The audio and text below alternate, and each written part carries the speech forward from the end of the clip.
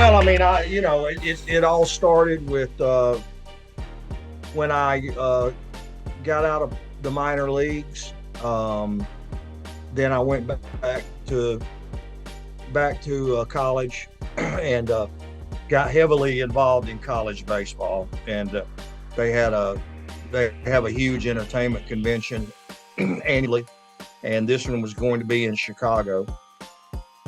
So I wrote Tom, told him I'd be there, and he invited me up to come up to the then referee headquarters. It was a private residence, and went up there. And it might have been Tom's house, I don't remember. And went up there and did a small interview. Talked about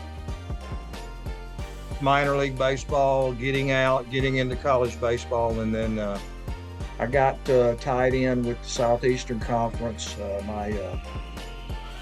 My first supervisor was a wonderful man, John Guthrie. He had been the head basketball coach at Georgia, but he was a really big baseball fan. And he talked to me at I had gotten invited to the '85 SEC tournament. He was there in Baton Rouge.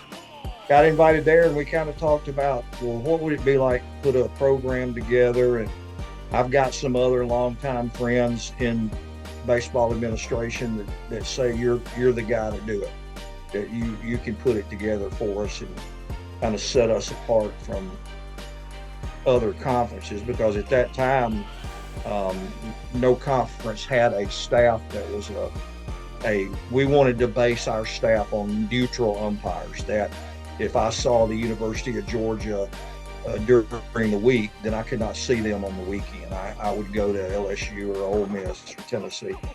And we wanted that neutral feeling because back at that time, a lot of coaches at the Division I level, they were hiring their own umpires to do their games. And the Roy Kramer, well, actually Harvey Schiller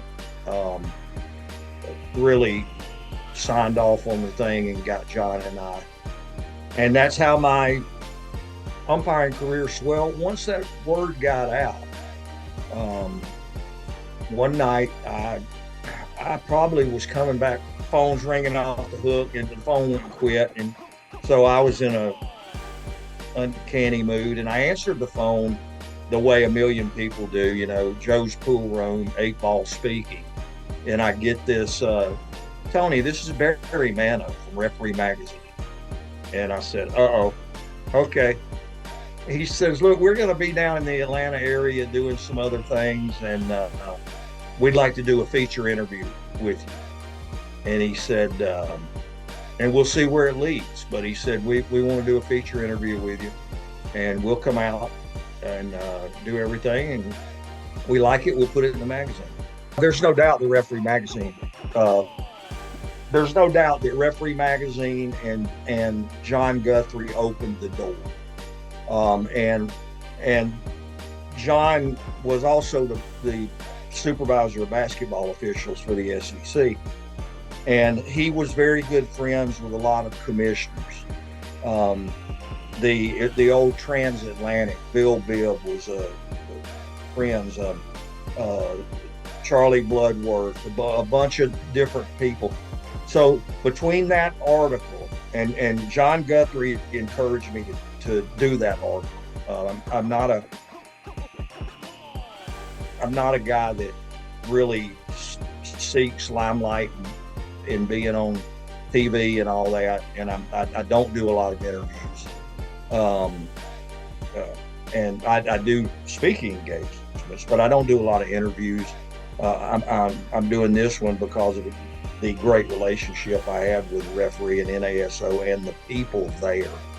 And yes, there's no doubt that article opened some eyes, especially in the Southeast, because everybody wanted to jump on board with that. And I had Mr. Guthrie promoting it with the conference commissioners he knew.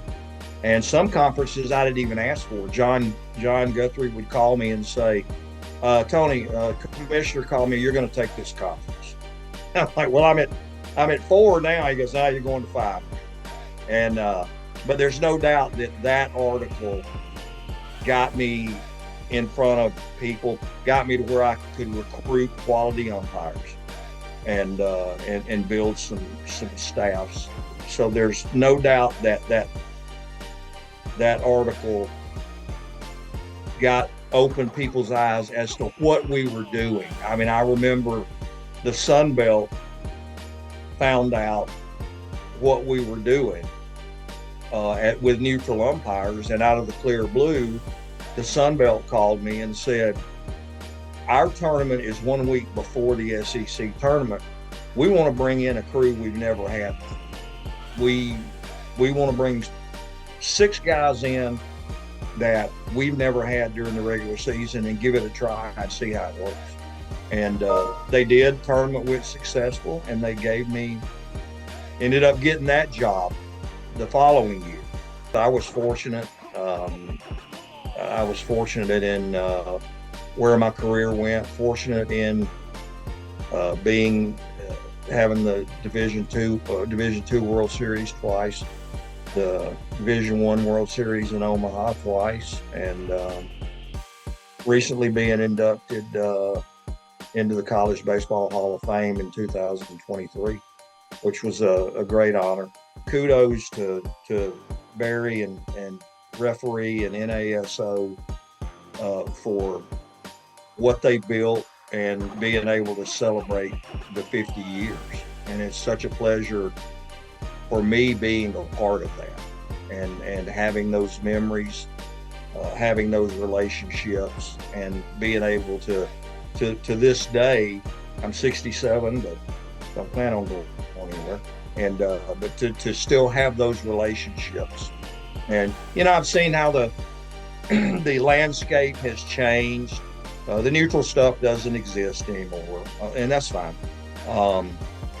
But I know we started it all, and I'm proud of that, and certainly referees 50 years put some things on the map in the officiating industry that would have never been there without their vision.